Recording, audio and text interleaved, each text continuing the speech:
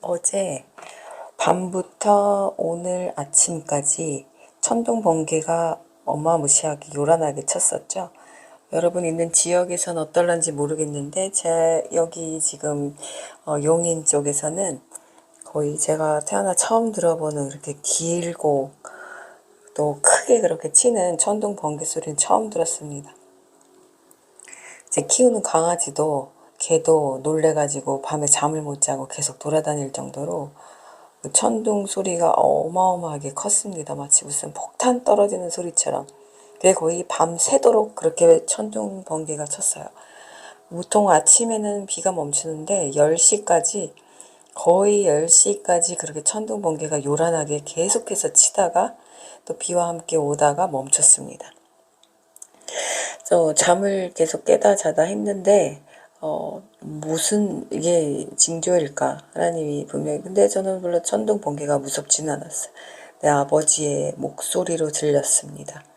아버지의 목소리가 이렇게 크게 외치면서 들려주실 때는 이유가 있는데 요즘에 주님이 이렇게 보여주시는 어떤 것들이 있어서 제가 정리를 예전처럼 그렇게 잘 하진 못합니다. 예배 준비를 하기 때문에 그것까지 하면은 시간이 없어서 다 못하고 지금 메모에다가 핸드폰에 이렇게 적고 그냥 지나가고 하는 경우가 많은데 이번엔 너무 크게 사인을 주셔서 제가 일어나서 날짜를 봤습니다.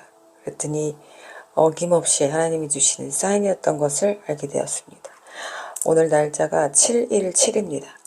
717은 제가 2024년 2월 20일에 화요일에 여기 아직 그 적어둔 것이 있는데 2월 20일에 테바라는 방주라는 그 히브리어를 언어방언으로 받았습니다. 테바. 이 테바가 방주인데 이 방주하고 또 이 그 모세가 그 갈대 바구니 그 안에 들어가서 이제 그게 방주 역할을 한 거죠. 그 갈대 바구니하고 이 하나님께서 만든 그 노아의 때 방주 딱 두 가지에만 쓰이는 히브리어입니다. 이게 테바가. 이 테바의 설명은 제가 여기 영상에서 잘 올려놨는데 잠시 한번 들어보시겠습니다. 하나님께서 저에게 토요일에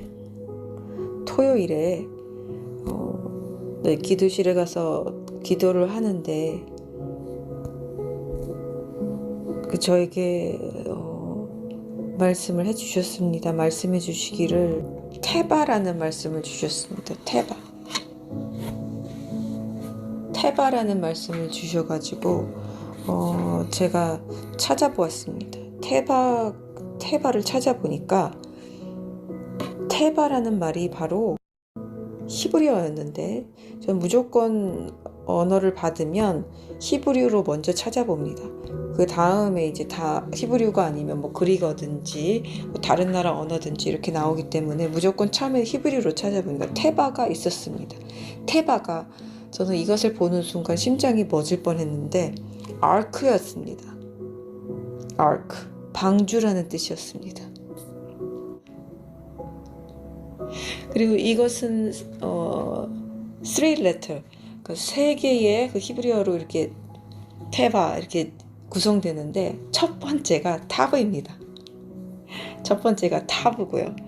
크로스 스틱, 바로 십자가를 뜻이고, 그리고 또 마크, 표시, 사인, 시그널, 모뉴먼트를 뜻합니다. 매트가 들어갑니다. 매트가 들어가는데 뜻이 the house입니다. 집, household, 집안에 있는 사람, family, 가족. 그리고 헤이가 들어갑니다. 헤이는 man, 사람을 뜻하고요. raised arm, 올려진 손.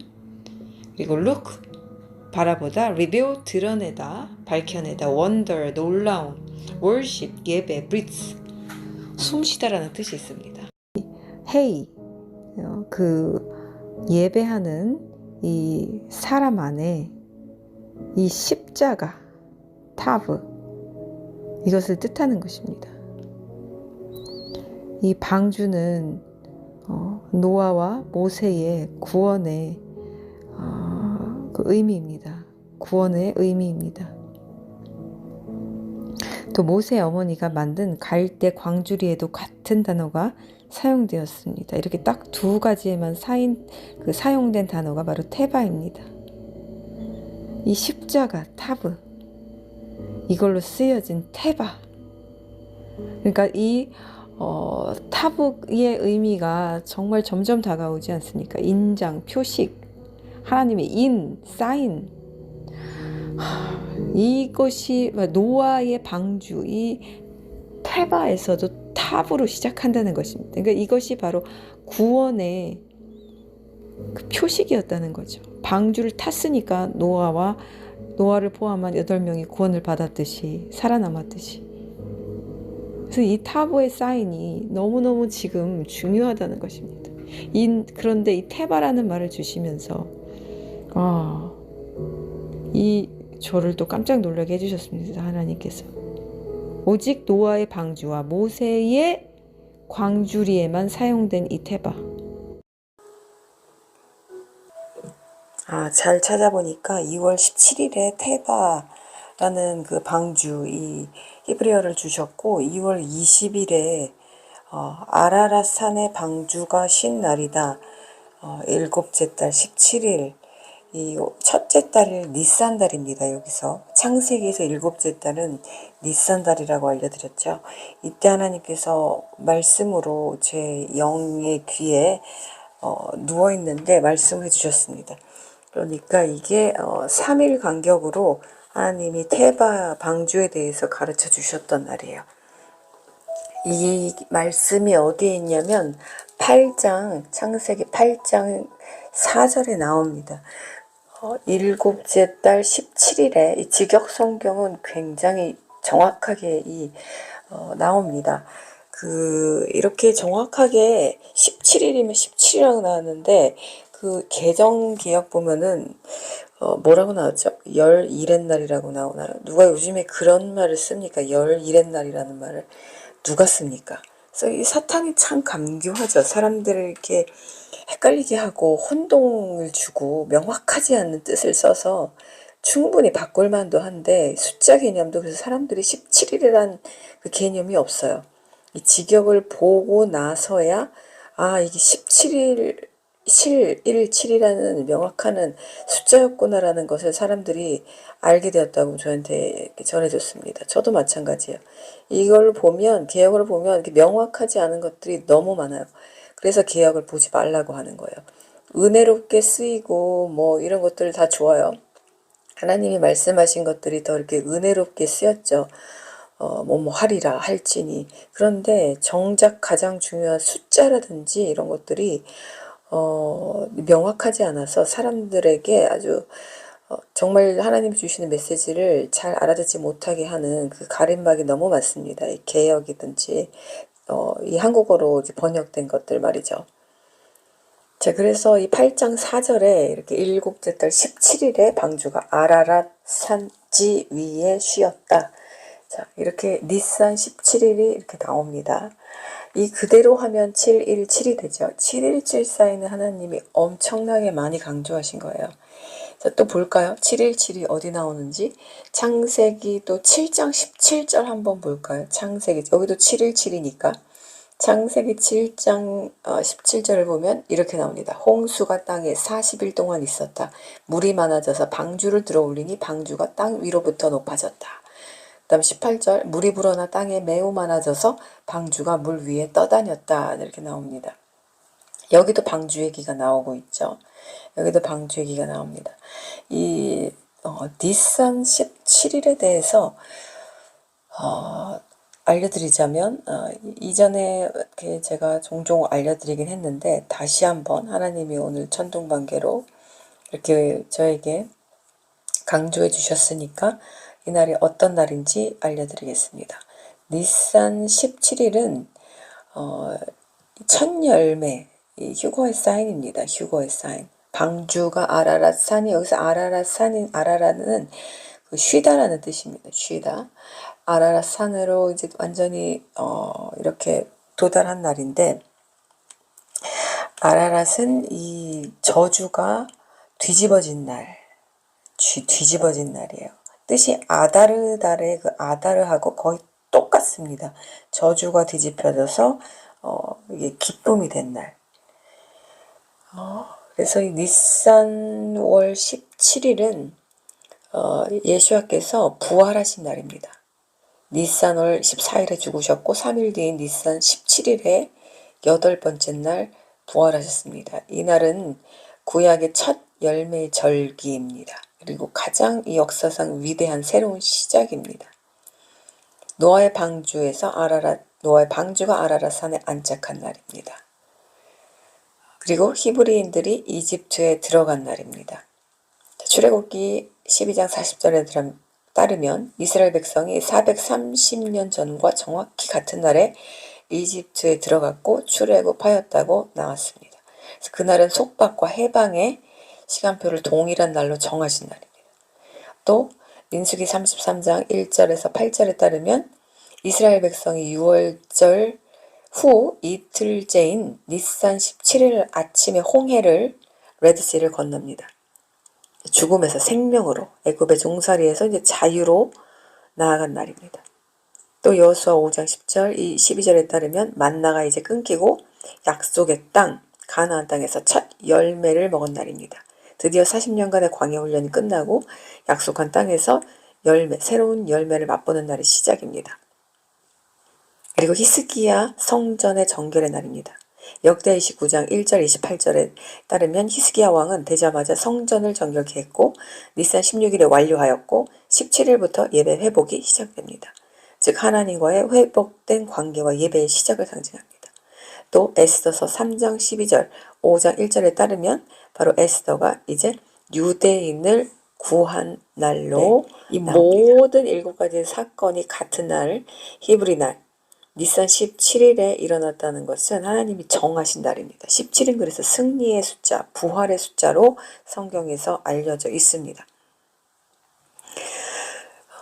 그래서 이 7째 달을 이제 구약에서 이 히브리인들을 6월절에 애굽에서 이제 이집트에서 해방시키려고 이제 그 달을 니산 달을 이제 첫째 달로 하나님께서 바꾸십니다. 그래서 유대력의 니산 달이 첫째 달이지만 민간력에서는 또 7째 달인 이 티슈리 달이 그대로 양날개처럼 첫째 달로 여겨지면서 갑니다.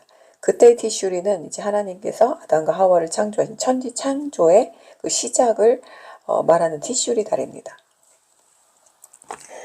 그래서 이 천둥 번개를 밤새도록 친 날, 천둥 번개는 하나님의 임재, 아버지의 임재를 뜻할 때 천둥 번개가 성경에서 등장합니다.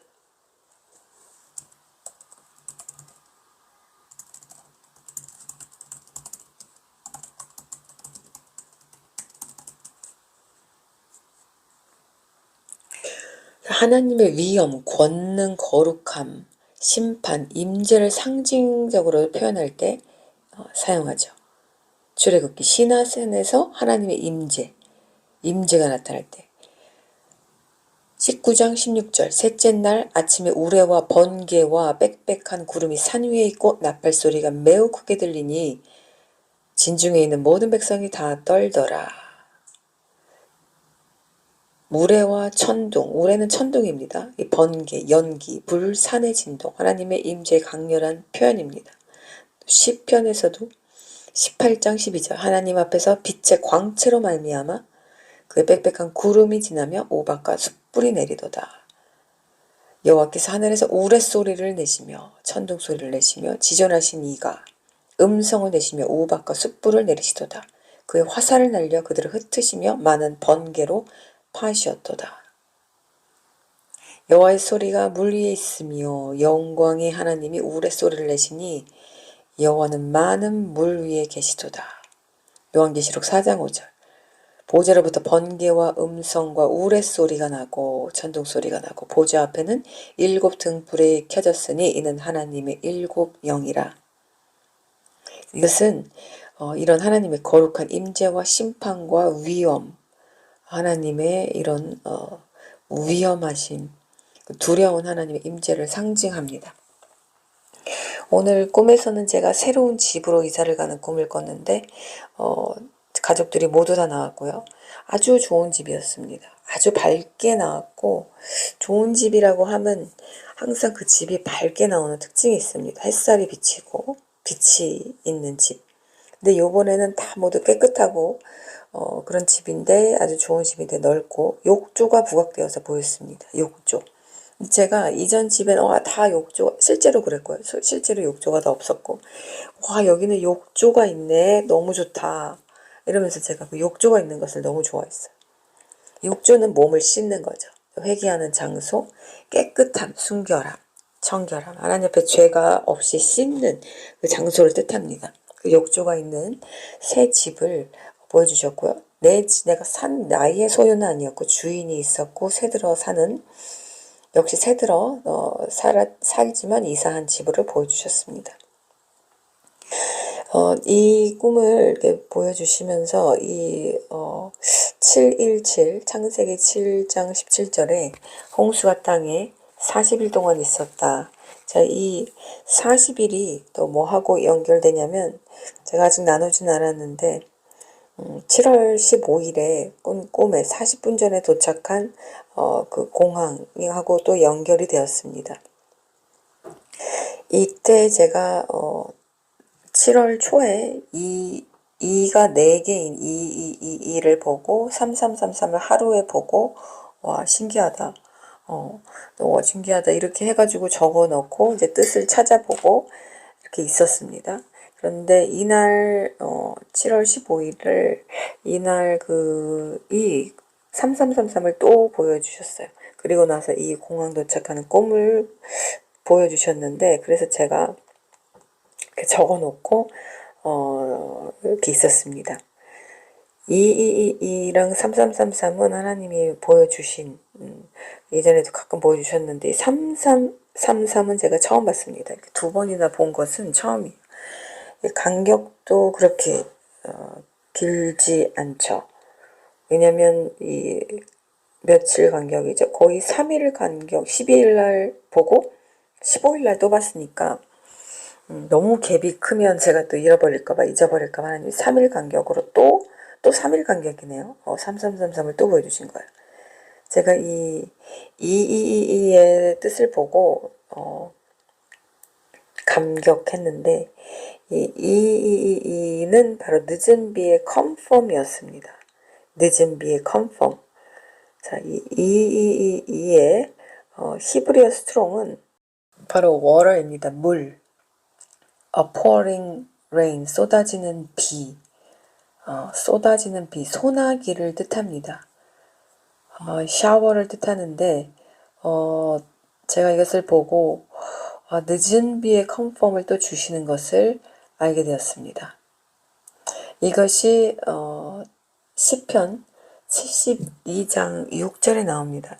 시편 72장 6절을 한번 보겠습니다. 그는 벤 풀 위에 내리는 비같이 땅을 적시는 소낙비같이 내리리니. 자, 여기서 그는 바로 왕의 아들입니다. 왕의 아들. 하나님이 주의 판단력을 왕에게 주시고 주의 자녀죠. 주의 공의를 왕의 아들에게 주소서.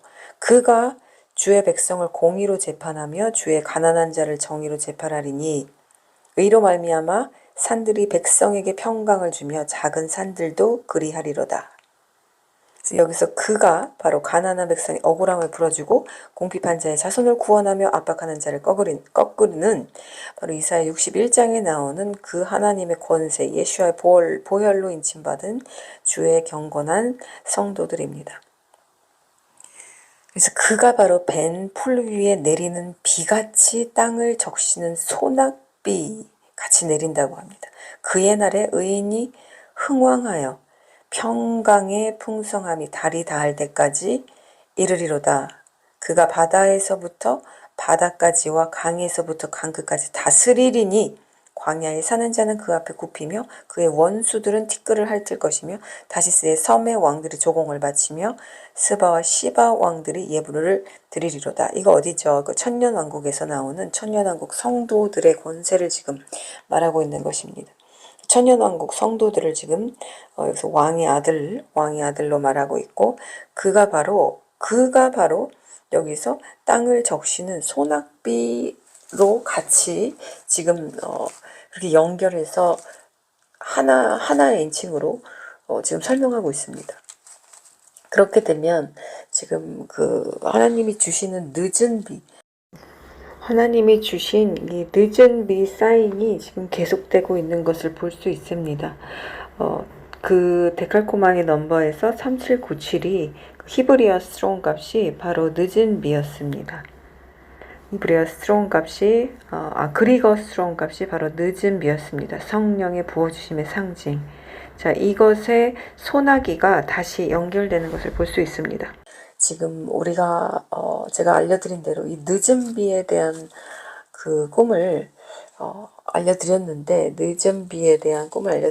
이것이 바로 이 시편 여기에서 222를 또 보여주셨을 때 소나기를 또 보여주셨을 때 이것이 연결되면서 늦은 비가 바로 누구냐? 바로 주의 군사, 하나님의 성도들, 주의 준비된 교회들, 주님의 교회들이라는 것을 알 수 있습니다. 그래서 하나님이 진짜 하늘에서 뭐 비를 그 땅에 더 많이 내려주신 이런 의미가 아니라 성령의 충만함을 마지막 때에 내려주신다는 건데,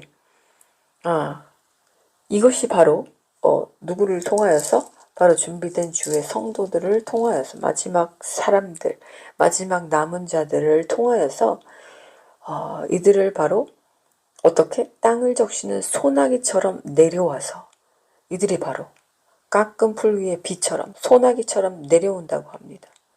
그래서 그의 날에 이제 그 비가 그렇게 내려와서 그의 날에 의가 싹이 나고 평화가 이제 영원히 있을 것이다. 이렇게 지금 말하고 있습니다. 그렇게 되면 이 늦은 비에 대한 이해가 우리가 이제 조금 달라지는데 늦은 비가 그냥 하나님께서 일방적으로 내려주시는 성령의 어떤 충만함, 성령의 권능과 임재가 아니라 누구를 도구 삼아서 바로 이 왕의 아들, 딸들을 도구 삼아서 내리는 하나님의 내려주시는 성령의 충만한 마지막 은혜의 빗줄기라는 것을 알 수 있습니다. 여기에 그릇에 담겨서 그 땅들에 부어진다는 거예요. 이 깎은 풀 위에 이 전 세계 만방에 부어진다. 땅끝 북한에 부어진다는 것입니다. 그래서 이 늦은 비가 그냥 하나님께서 일방적으로 뭐 사람도 필요 없고 뭐도 필요 없이 그냥 막 내어주시는 것이 아니라 하나님의 사람들, 왕의 아들들, 주의 자녀들, 인침받은 보혈의 성도들이 있을 때 그들을 도구 삼아서 성령의 충만함을 어디에 이방 나라에 아직 복음이 전하지 못한 억압받는 어느 나라에 어디에 가난한 백성들, 억울한 자, 궁핍한 자 이런 자들 이런 압제자들이 짓밟고 있는 이런 땅에 가게 하신다는 거예요. 그래서 이것들을 주님께서 컨펌해 주시는 거기 때문에 제가 아는 거지 제가 뭐 일방적으로 생각하거나 뭐 끼워 맞춰서 아는 것이 아닙니다. 하나님께서 이런 걸 그때그때 주실 때마다 그래서 저도 깨달은 알고 있던 바가 달라질 때가 꽤 많습니다. 나는 이렇게 알았는데 하나님이 정반대의 것을 알려주실 때가 종종 있었습니다. 예를 들면 이런 것이에요. 택한 자에 대한 것. 제가 이거는 간증 몇 번 했는데 저는 그때 신대원에 다닐 때 이 하나님께서 그 택한 자에 대해서 에베소서 예정된 자, 예정론을 배울 때인데 칼빈의 예정론을 배울 때인데 저는 이걸 납득하지 못했습니다. 그래서 제가 또 이게 이해가 안 되면 또 이게 막 파고드는 성격이라서 그때 전화를 했어요. 우리 그 신대원 학장님께 전화를 했습니다. 전화를 해서 이것이 이해가 안 된다. 이게 왜 예수님은 분명히 요한복음 3장 16절에서 만방에 하나님이 이 땅을 이렇게 자녀를 이렇게 사랑하사 독생자를 주셨으니 이는 그 누구도 멸망치 않게 하려는 것이다 라고 했는데 왜 예정된 자가 따로 있냐? 그럼 예정되지 않은 자는 다 지옥 가는 것인가? 그것에 대해서 제가 논했던 적이 있습니다. 그랬더니 학장님이 아무 말씀도 안 하시면서 저에게 교단을 묻더군요. 혹시 다른 교단 뭐 어디 이단이나 뭐 어디 다른 뭐 통합이나 뭐 이런 데 있는 사람이 아닌가 해서. 근데 그때 다행히 제가 합동 측에 있을 때라서 합동 측 어디 다닙니다 하니까 아무 말씀도 안 하시더니 전도사님 조금 더 공부를 하셔야겠습니다 이러시더라고요. 근데 그것도 하여튼 성에 안 찼습니다. 그러니까 공부를 해서 될 건 아니었고 전 하나님이 이걸 꿈으로 계시해 주셔서 그때 알았어요. 예정된 자가 따로 있다는 거. 내 자녀가 따로 있다는 거. 근데 이유 불문하고 그걸 꿈으로 보여주셨는데 제가 꿈에서 제3자의 입장으로 나옵니다. 제3자의 입장으로 나와서 무언가를 지켜보고 있는데 제가 보는 거예요. 제가 보는 건데 거기서 저는 저를 의미하지 않습니다.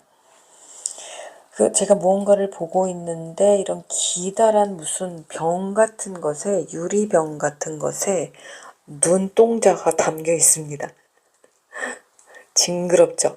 눈동자가 사람 눈동자가 커다래요. 근데 아주 이런 우리 눈동자 많지 않고 눈동자가 아주 커요. 네, 흰눈, 까만 눈 다 있습니다. 우리 눈동자처럼 이렇게 다 동공이 이렇게 그대로 있는데 까만 눈동자도 같이 그 눈알이 2개가 있는 거예요. 그게 물 안에 담겨 있습니다. 재밌죠? 물은 생명이잖아요. 생명 대신 하나님. 그래서 그 물 안에 이 눈동자 2개가 담겨서 댕글댕글 굴러다니는데 이렇게 물에 떠다니는데 그 눈이 감겨져 있었어요.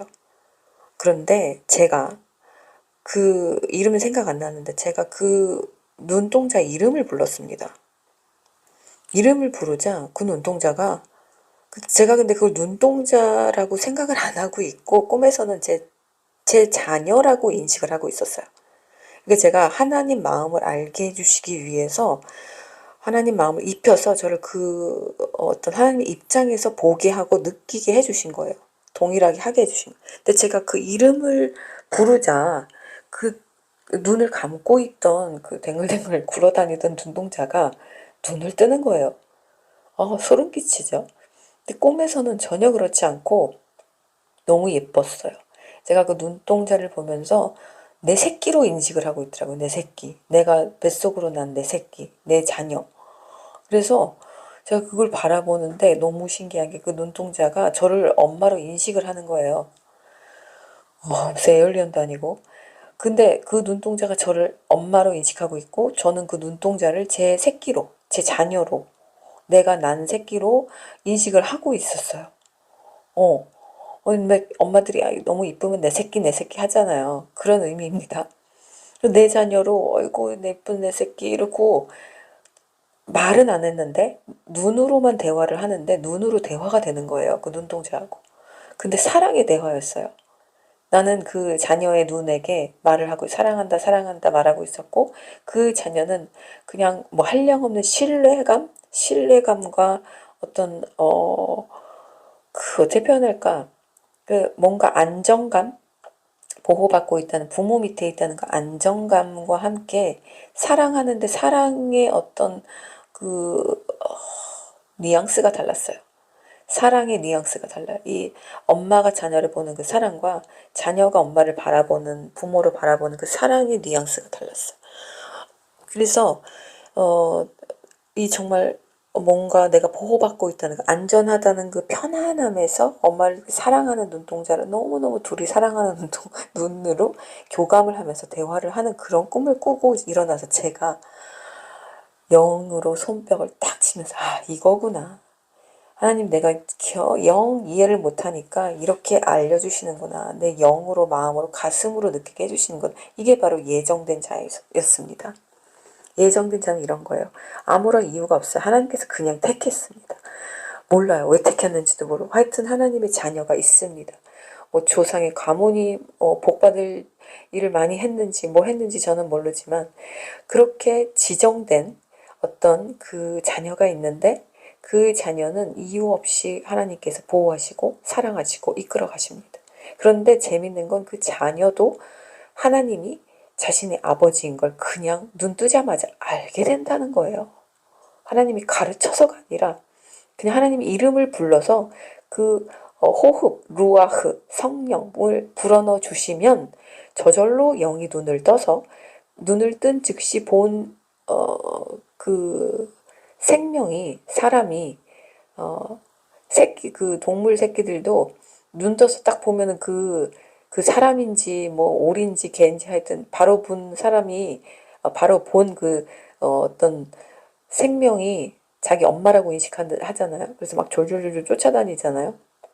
그렇듯이 눈을 바로 떠서 하나님이 숨을 불어넣어서 눈을 뜬 즉시 본 생명이 바로 아버지 하나님이기 때문에 저절로 인식한다는 거예요. 이것이 바로 예정된 자입니다. 그가 바로 왕의 아들이고 그가 바로 천년왕국에 이제 들어가게 될 성도들이에요. 그래서 그들을 사용하셔서 그 예정되고 택한 자를 사용하셔서 소나기 같이 된 풀에 이 땅 위에 내리게 한다는 것입니다. 이것이 바로 히브리어의 뜻이었습니다. 그 그리거의 뜻입니다. 그리거의 뜻은 바로 생명입니다. 생명. 제가 이제까지 생명에 대해서 얘기했는데 생명 했는데 이게 또 바로 연결이 되네요. 이렇게 하려고 했던 건 아닌데 조에라는 생명을 말합니다. 하나님의 그 참된 생명, 본질적인 것. 살다, 생명을 갖다 해서 파생된 삶, 생명, 살아있음. 육체적 생명, 영적 생명, 영원한 생명, 하나님과의 교제 안에서 누리는 생명을 말합니다. 그리스도, 우리 예수 그리스도 안에 생명이 있고 그 생명은 사람들의 빛이라. 요한복음 1장 4절. 그 안에 생명이 있었으니 이 생명은 사람들의 빛이라. 여기서 나오는 이 생명입니다. 내가 곧 길이요 진리요 생명이니 여기서 나오는 생명입니다. 내가 온 것은 양으로 생명을 얻게 하고 더 풍성히 얻게 하려는 것이라. 요한복음 10장 10절. 하나님과의 친밀한 관계에서 나오는 질적인 영적 생명을 말합니다. 자, 이것이 바로 이의 그리고 뜻입니다. 이것을 하나님께서 이렇게 7월 12일 날 이렇게 보여주셨어요. 그리고 3333을 또 바로 보여주셨는데 이것은 부어진 것, 주조물, 고정된 것, 어떤 것에 부어넣어서 틀에 흘려 넣어진 건데 그게 딱딱하게 굳은 거예요. 그 뜨거운 것을 부어서 그 금속 틀에서 딱 주조된 것, 고정된 것을 말합니다.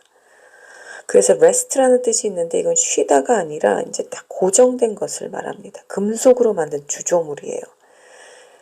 자, 이 녹은 금속이 틀에 부어져 만들어진 대상. 이 어떤 완성된 결과물에 초점을 맞춥니다. 이에스카 그 솔로몬 성전뜰에 있는 큰 놋 물두멍의 그 핵심인 바다가 만들어질 때 만들어진 이 두 줄의 조롱박을 묘사하고요. 또 열왕기상에 나오는 작은 물두멍을 올려놓는 이동신 놋 받침대에 주조된 받침, 또 주조된 화한을 언급할 때 나옵니다. 그래서 이 청동바다 열왕기상에 나오는 이 물은 제사장 직무에 필요한 정결을 상징하는데 이 가장자리 아래 주조된 이 받침, 정결을 통해 얻는 생명과 풍요를 상징합니다. 또 10개의 청동 받침대, 이 4바퀴가 달린 각 수레에 의식을 위한 정결 예식용 물두멍이 있는데 여기에 주조된 받침대와 화한, 하나님의 백성들이 사역하는 곳마다 그분의 거룩하심을 전달하는 것을 상징했습니다. 자, 이러한 하나님의 어떤 그의 또 무엇을 상징하죠? 예수 그리스도를 통해서 부어질 은혜, 그의 피값으로 그의 피가 부어져서 모든 것이 물과 피를 다 부으셔서 그것들이 고정되어서 은혜로 고정되어서 우리에게 또 부어질 은혜를 또 상징하기도 합니다. 이러한 거룩한 것을 상징하는 하나님의 공급의 영속성, 변하지 않는 것, 또 이 하나님의 예배하고 제사 드리고 예물 드리는 이 어떤 그 하나님의 그 제사, 정결한 제사장의 예표, 이런 것들을 상징합니다. 히브리어 스트롱 그 3333, 이제는 그리거 스트롱 3333의 의미입니다. 자, 3333이 그래서 늦은 비와 이렇게 연결되는 거를 우리가 볼 수 있었죠. 그 늦은 비가 222인데 소나기를 소나기처럼 내려주겠다 하는데 그의 아들들을 소나기로 비유하셨고, 그 소나기는 곧 늦은 비인데 성령의 충만함을, 그래서 이 3333 히브리어 스트롱처럼 부어진 뜨거운 그 성령의 불로 달궈서 연단되어져 부어진 자들을 통하여서 그 늦은 비 성령을 이 땅에, 갈급한 땅에 내려주시겠다는 것입니다. 근데 또 재밌게 그리거의 뜻은 또 무엇이냐면 바로 call입니다. call, 부르다, invite, 초대하다, summon, 소환하다, 이런 뜻이 있어요. 이런 자들을 하나님께서 지금 부르고 소환하고 모으시고 계시다는 뜻입니다. 다른 곳으로 부르다, 한 장소에서 다른 장소로 부르다, 하나님의 주권적인 인도를 지금 말하는 이 단어입니다. 때가 되면 내가 너를 부르리라, 메타칼레오라는 그리거입니다.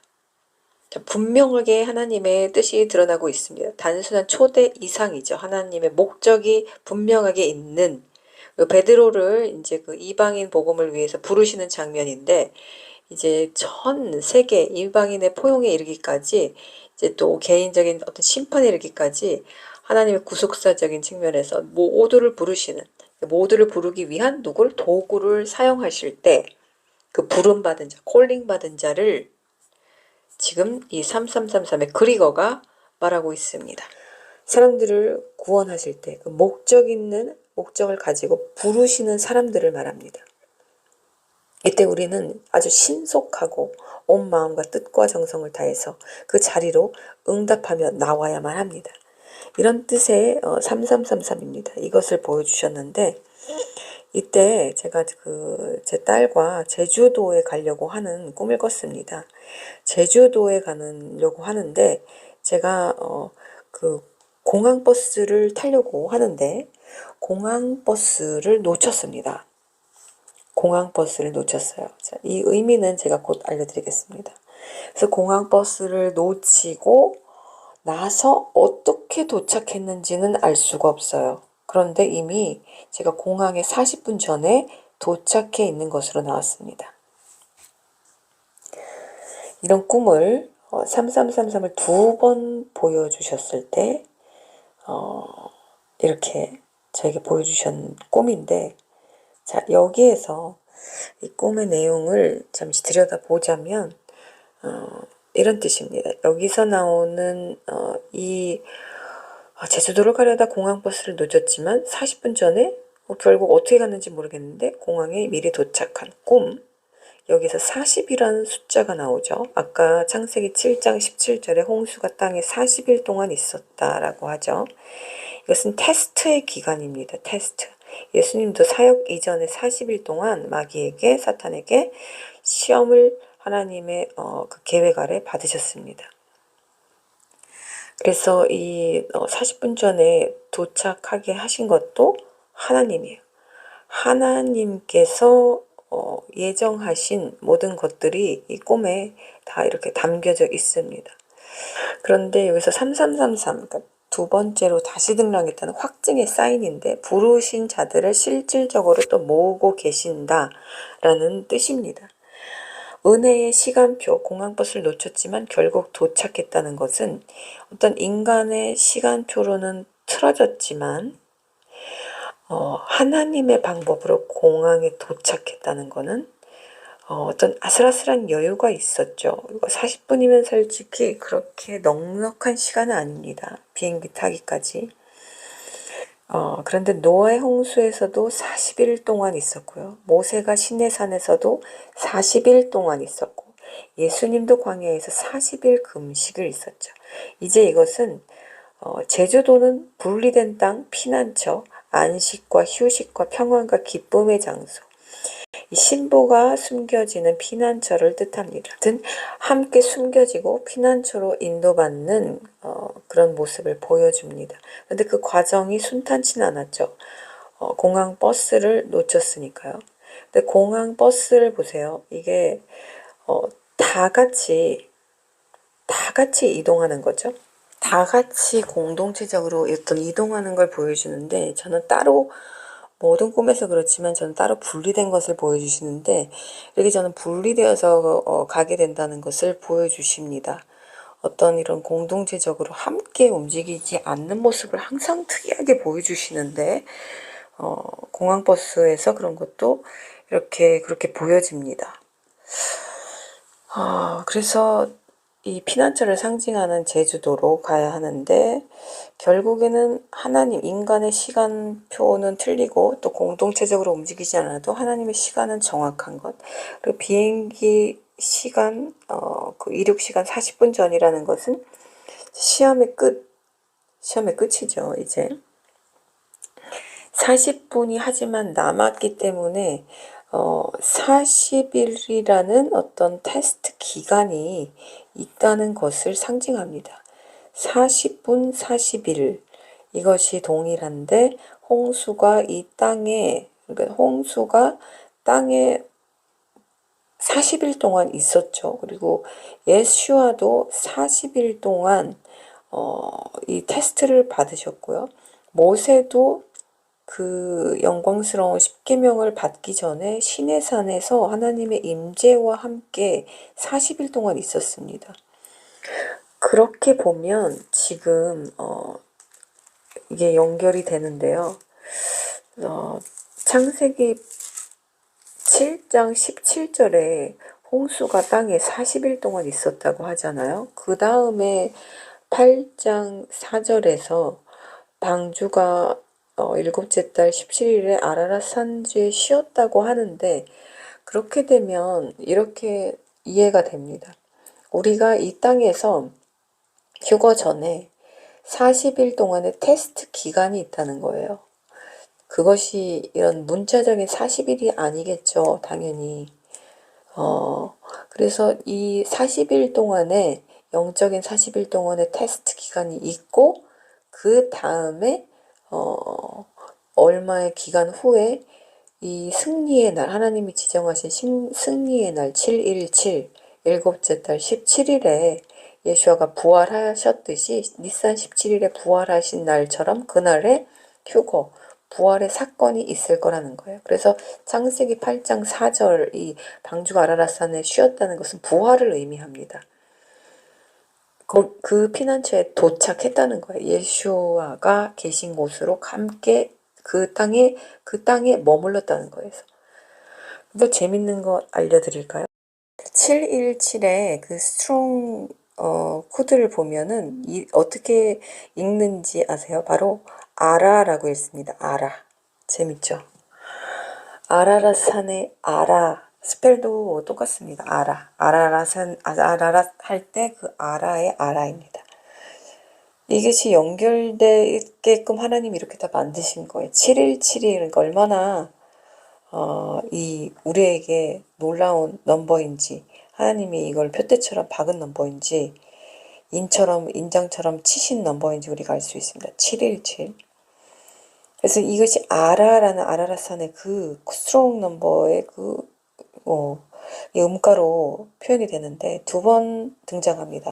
따다, 모으다, to pluck together, 손으로 수확하다, 포도나 몰약 등 향기로운 열매를 따다, 이런 뜻입니다.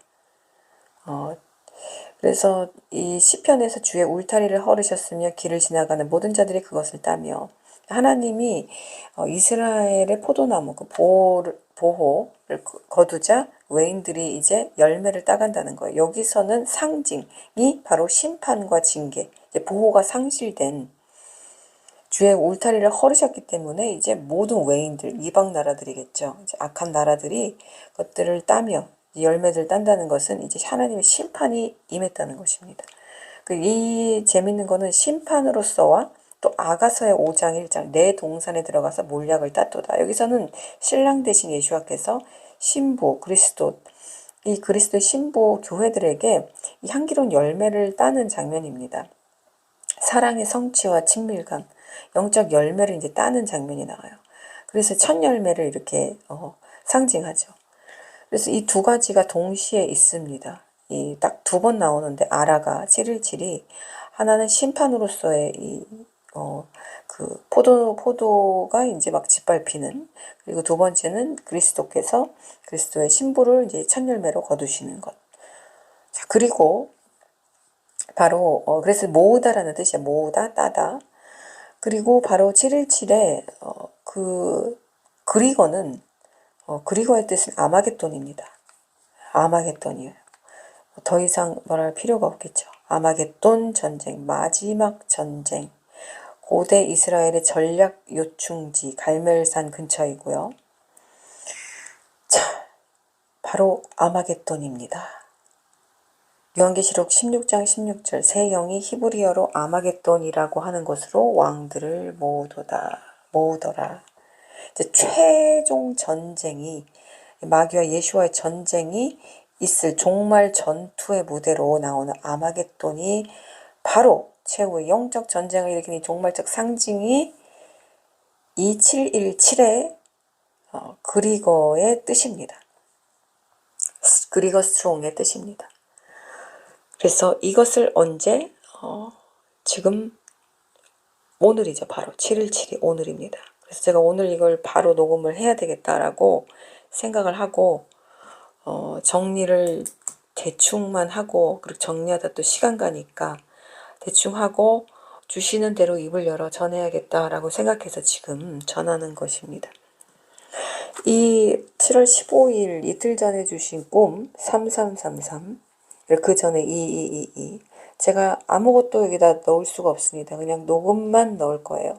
그걸 넣으면 제가 또 예배 영상 편집이 또 이게 느려지기 때문에 이제는 그렇게 못하고 들을 자만 들으라 하고 아무런 부가 설명 없이 그냥 올리겠습니다. 어차피 지금 엄청나게 많은 사람들이 그 요새에서 방주에서 이탈했고, 지금도 계속해서 이 악하고 이 거센 이 쓰나미 같은 물결에 성도들이 계속 휩싸이고 있습니다. 계속 휩싸여서 계속 죽어가고 그 세상과 타협하고 우파다 좌파다 막 이런 걸 정신 못 차리고 지금 자기가 서야 될 때 어딘지 모르고 지금 막 쓸려가고 있고, 그러는 상황에 견고하게 정말 이 하나님의 그런 마지막 타마르 종려나무처럼 서서 그렇게 의로움을 지키고 하나님의 아름다움과 주님의 생명력을 지키면서 부르실 날을 위해서 대기하고 있는 사람들은 지금 매우 적습니다. 아주 적어요. 그래서 기도해야 된다는 것 알고, 말씀 봐야 된다는 것 알고, 준비돼야 된다는 거 모르는 사람 없지만, 실제적으로 영혼이 이미 그 단계를 거쳐서 정말 준비가 되어 있고 또 계속해서 되어져 나가는 성도들은 매우 적습니다. 하지만 지금이라도 늦지 않았고, 우리가 죄를 버리는 순간 성령께서 임하셔서 그곳에 정결한 물을 뿌리시고 우리 주님의 보혈로 덮으시기 때문에 그 어떤 인간이 준비하는 도구보다 더 강력한 하늘의 도구를 받게 됩니다. 지금이라도 늦지 않았고 지금이라도 죄를 버리면 우리 하나님은 그 사람을 도구 삼아서 일할 계획이 충분히 있으시다, 이렇게 아시면 됩니다. 천둥 번개가 아주 정말 땅을 울리듯 하늘을 울리듯 밤새도록 아침까지 친 날, 이런 717의 뜻. 그리고 이 717은 저뿐만이 아니라 미국의 어떤 제가 알지 못하는 어떤 외국 사람도 이 717을 하나님께 직접 받았습니다. 제가 영상을 블로그에 올린 게 있었는데 보고서 너무 신기했는데, 이게 나만 받은 게 아니구나, 이 717 이 넘버를.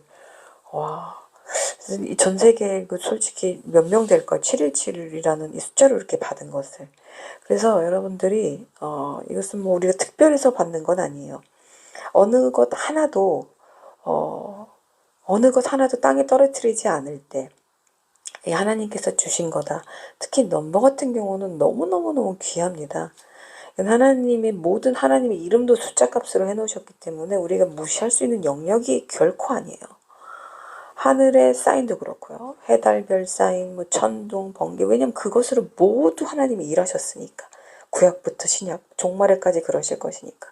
그래서 우리가 콧방귀 치면서 맨날 그랬어 이렇게 하면은 그 사람 정말 하나님의 저주가 임할 것입니다. 우리가 뭐 하나님 정말 주신 걸 허투루 이렇게 그냥 스쳐 지나갈 게 하나도 없어요. 민감해야 돼. 영적으로 민감한 사람들은 그래서 마귀한테 넘어질 수가 없는 게 모든 것을 하나님의 뜻을 바라보고 있고 그것 하나님의 목적을 인식하고 있기 때문에 마귀가 칠 수가 없어요. 너무너무 민감하기 때문에 지나가는 이 바람 소리에서조차 하나님의 음성을 듣기 때문에 무언가 일어날 때 그것을 육적인 어떤 일어나는 어떤 이런 현실에서 바라보는 것이 아니라 영의 세계에서 그 사건을 해석하기 때문에 모든 것이 영적인 삶에서 살아가고 있는 거예요. 그런 사람들은 마귀가 칠 수가 없습니다. 사탄이 칠 수가 없어요. 항상 깨어있기 때문에. 그런데 이런 사람들은 이 바리새인들이나 이 죽어있는 사람들은 비웃습니다. 그리고 뭐만 주구장창 성경 역사만 주구장창 가르칩니다. 아주 판에 짜인 듯한 무슨 앵무새가 사람 따라 하듯이 하는 그런 설교 딱 들으면 우리가 알죠. 죽은 설교인지 설교인지 들으면은 그냥 영이 곧바로 듣자마자 잠이 드는 정말 그냥 본문 가지고 달달달달달달 읽는 이것에 무슨 생명이 있습니까? 이게 무슨 생명이 있어요? 살아서 내가 깨어서 영적인 세계에서 한마디를 하는 것이 내가 성경을 뭐 천장 천독을 해서 그것을 뭐 1000시간을 들여서 준비하는 것보다 더 값집니다. 영적으로 깨어서 한마디를 하는 것이 그것이 생명이 되기 때문입니다.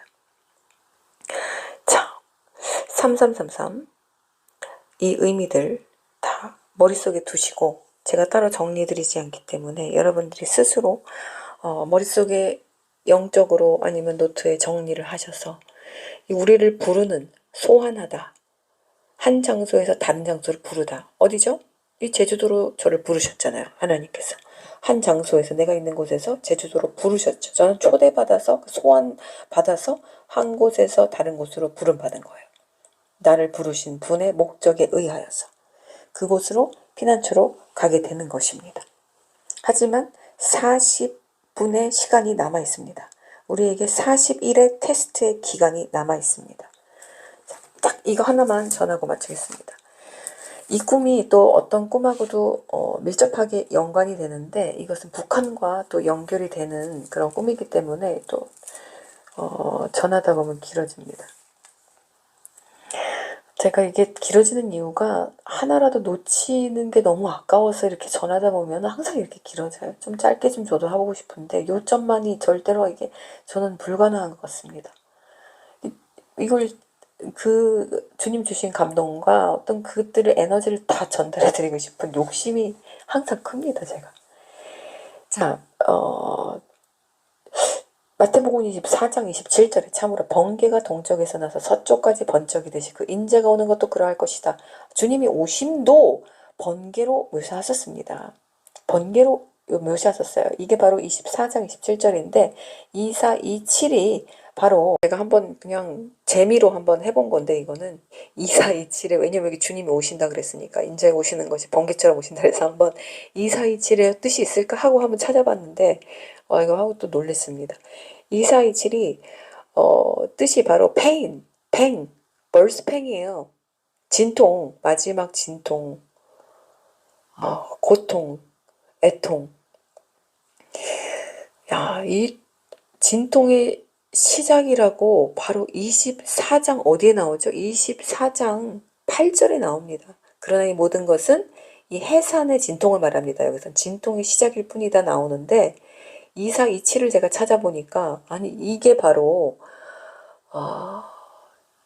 이 진통, 출산에 임박한 진통, 고통, 괴로움, 출산을 기다리는 고통, 몸부림 괴로움 이렇게 나오더라고요. 놀랍지 않습니까? 그래서 이것이 이 히엘이라는 뜻이에요. 이게 바로 마태복음 24장에 있죠. 근데 제가 지금 전하려는 것은 이게 아니라 제가 그 40일에 그것을 마지막으로 전해드리려고 하는데 그게 어디 나오냐면 지금 우리는 이제 이 진동의 시작들이 있습니다. 그러니까 마태복음을 펴보세요. 24장을 펴보세요. 마태복음 24장 7절을 보세요. 6장 7절, 6절, 7절, 8절 보시면 우리가 여기에 서 있습니다. 민족 위정을 대적하고 왕국이 대적하고 곳곳에 기근과 지진들이 있을 것이다. 그 다음에 9절부터 9절부터 이제 4절 9절부터 13절까지가 어떤 환란의 기간이 나옵니다. 환란의 기간이 나오는데 이때 어떤 기독교인의 큰 박해 어떤 핍박이 예상되어 있는 그 구절을 우리가 이렇게 엿볼 수 있어요. 너희를 죽이고 모든 민족에게 미움당하고 많은 사람이 넘어질 것이고 이때가 저는 이 40일의 테스트 기간이라고 보고 있습니다. 얼마나 될진 저는 몰라요. 진짜 40일일지 3년 반이 될지 뭐 1년 반이 될지 저는 전혀 모릅니다. 그런데 어떠한 휴거 전에 테스트 기간이 있다. 왜냐면 저도 이걸 별로 그렇게 믿고 싶지 않았는데 이번 꿈에서 이 긴급할수록 점점 정확하게 주시잖아요. 왜냐면 하나님도 자신이 정한 그 뜻을 이 세계에 있는 성도들의 기도와 그들의 행위에 따라서 바꾸시기 때문에 그래서 어떤 사람이 예언했다 해도 그것이 금방 이루어질 수도 있고 안 이루어질 수 있는 게 요나가 선포했을 때 그 백성이 있는 백성이 회개하면 하나님이 그걸 거두시고 결국에는 다 멸망했지만 그렇듯이 이거는 그것이 이루어질 수도 있고 안 이루어질 수도 있고 거두어질 수도 있는 거예요. 하지만 예언하는 자들을 결코 다 무시해서는 안 되는 게 그걸 선포하게 하심으로 요나처럼 회개하게 하시는 거예요. 하나님 앞에 겸비하게 하시는 거예요. 그래서 이루어졌다 안 이루어졌다 이것이 솔직히 그렇게 중요하진 않습니다. 그것을 들었을 때 우리의 자세가 더 중요합니다. 이거 명심하셔야 됩니다. 명심하셔야 돼요. 그래서 뭐 재미삼아 뭐 예언 보는 사람들 이루어졌다 안 이루어졌다 뭐 하나님이 저에게 이런 것들을 주실 때 사인 주셨대 휴거가 일어났다 안 일어났다 이거는요 이런 사람들은요 하나님의 이 진노와 심판이 임합니다. 왜? 그것을 하나님께서 왓치맨들에게 주셨을 때는 성벽을 지키는 자에게 주셨을 때는 내 백성을 깨우고 겸비시키고 준비시켜라. 멸망에 함께 합류되지 않도록 깨어있게 하라. 이것을 전해주시기 위해 그런 것들을 임박하게 계속 주시는 거예요. 임박하게 주시는 거예요. 임박하게 주시지 않으면 제가 임박하게 전하겠습니까? 하나님께서 느슨하고 이렇게 편안하게 주시면 제가 그렇게 임박하게 막 지금 당장 오실 것처럼 전할까요? 저도 느슨하게 전하겠죠. 그날과 그 시는 여러분 아무도 몰라요. 하지만 주님 오십니다. 제가 이렇게 하면 과연 누가 임박성을 느낄까요? 하나님은 저에게도 그렇게 주시지 않았습니다. 바로 곧 지금 당장 오실 것처럼 임박성을 띠고 계신다. 그래서 이것은 우리가 두 가지 초점에서 반드시 봐야 됩니다. 지금 정말 당장 그 일이 임할 수도 있고요. 그리고 그것들을 듣고 내가 깨어서 기도 자리로 나갔을 때 그 한 명의 회개한 심령을 위하여 하나님이 그 심판을 늦추실 수도 있다는 거예요. 왜냐하면 하나님은 그 심령뿐만 아니라 그 심령의 가족들 니누의 가축들도 불쌍히 여기셨다니까요. 그런 우리 자비와 은혜와 사랑의 하나님이기 때문에 그 가족 모두를 또 구원하기를 원하십니다. 그래서 하나님이 시간을 또 늦추시는 거예요. 우리 눈에는 지연되는 게 맞는 거죠. 그래서 지금 이 40일의 테스트 기간이 이렇게 성경 24장에 보면은 제가 이 대목에서는 항상 이게 언제 휴거 이후에 일어난다는 것인가. 그런데 지금 이번에 이 주신 꿈에 40분 전에 도착한 저의 꿈에 의하면 이 40일의 테스트 기간이 이때로 예상합니다. 예상하는 거죠. 그리고 14절에 그리고 이 왕국의 복음이 온 세상에 선포되어 모든 민족에게 증언되리니 그때야 끝이 올 것이다. 저는 이것이 땅끝인 북한의 복음이 북한의 문이 열리는 때라고 굳게 믿고 있고 주님도 그렇게 저에게 알게 하셨습니다. 그 다음이 이제 제3성전이 세워지고 그때 적그리스도가 그곳에 서게 되는 그 말씀이 나옵니다. 15절에 황폐하게 하는 혐오스러운 것. 제3성전이 지금 아주 임박하죠. 그래서 이런 것들이 이렇게 이어지는 것을 볼 때 우리에게 40일간의 테스트 기간이 주어질 수 있다. 어떤 식으로 나라마다 다 다르겠고 어떻게 교회의 테스트 기간이 이루어질지 모르겠지만 이때 우리가 요한계시록에 주신 이 말씀을 기억하면서 우리가 지금 견뎌내야 합니다. 우리가 지금 견뎌내야 합니다. 필라델피아 교회에게 너에게 열린 문을 두었으니 아무도 그것을 닫을 수 없다. 너는 적은 능력을 가지고도 내 말을 지켰고 내 이름을 부인하지 않았기 때문이다. 그리고 자칭 예후다, 유다인이라고 하지만 하나님의 사람이라고는 하지만 아니고 그것이 아니고 거짓말하는 사탄의 회에서 내가 하나님께서 시험하게 하시기 위해 몇 명을 나오게 할 것이다. 그런데 그 중에서 이제 그들이 와서 너희의 발 앞에 경배하게 하여 내가 너를 사랑한다는 것을 그들로 하여금 알게 할 것이다. 라는 말씀을 주셨습니다. 그리고 너는 인내하라는 내 말을 잘 지켰다. 그래서 나도 이 땅에 사는 사람들을 시험하기 위하여 온 세상에 오고 있는 시험의 때에 너를 지킬 것이다. 내가 곧 가리니 내가 가진 것을 굳게 붙잡고 아무도 내 면류관을 빼앗지 못하게 하라 하고 하십니다. 이게 마지막 교회에게 하신 필라델피아 교회에게 하신 말씀으로 이렇게 교회에게 주시는 그 경고와 이 하나님의 마지막 그 편지가 이렇게 끝이 납니다. 칭찬과 경고의 편지가 동시적으로 주어집니다. 이때 우리가 또 여기 그 2장에 보시면 에베소 교회에게 주시는 스미르나라는 서머나네요. 서머나 교회에게 주시는 이 교회에서도 10일간의 어떤 환란이 나오거든요. 10일 동안 환란을 받으리라. 그때 죽도록 충성하라. 그리하면 생명의 관을 내게 주리라 하는데 이것도 10이라는, 그러니까 10일이라는 것이 아니라 10은 제가 많이 알려드렸습니다. 10에 대한 숫자에 대해서. 10이라는 숫자는 하나님의 약속의 숫자고 언약의 숫자고 완전한 숫자입니다. 그 율법의 완성의 숫자입니다. 뭐 10계명도 있고 아주 많습니다. 그래서 이것 또한 하지만 완성된 어떤 10계명의 이 어떤 율법의 수이기 때문에 완전하다고 볼 수 없죠. 그래서 어쩌면 40일의 테스트 기간과 이 10일간의 테스트 기간이 맞아떨어지는 것일 수도 있습니다. 40일의 테스트 기간, 이 서머나 교회에게 하신 10일간의 이 테스트 기간, 시험 받고 고난 받는, 그때 죽기까지 신실하여라 이렇게 명령하셨는데, 자, 우리가 앞에 지금 어떤 것들이 놓여져 있는지 하나님만이 아십니다. 그것을 치워주실 수도 있고 그렇지 않으실 수도 있습니다.